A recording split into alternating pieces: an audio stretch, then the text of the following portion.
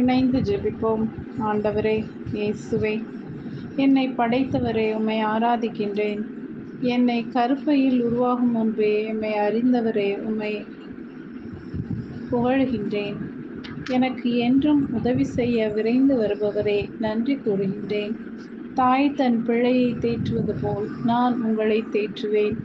எருசலேமில் நீங்கள் தேற்றப்படுவீர்கள் என்று இன்றைய இறைவார்த்தை மூலமாய் என்னை தாய்மடியில் இருக்கும் குழந்தை போல என் வாழ்வை அமைதியாக்குகின்ற அன்பிற்காக நன்றி கூறுகின்றேன்.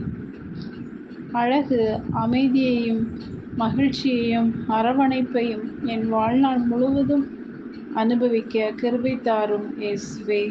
என் பாதைகள் உமதாக்கும், எனது சிந்தனை சொல் செயல்களை உமதாக்கும். அப்போது உமது ஆசீர்வாதம் என் வாழ்வில் ஆறு போல் பாய்ந்து வருவதை உணரச் செய்யும்.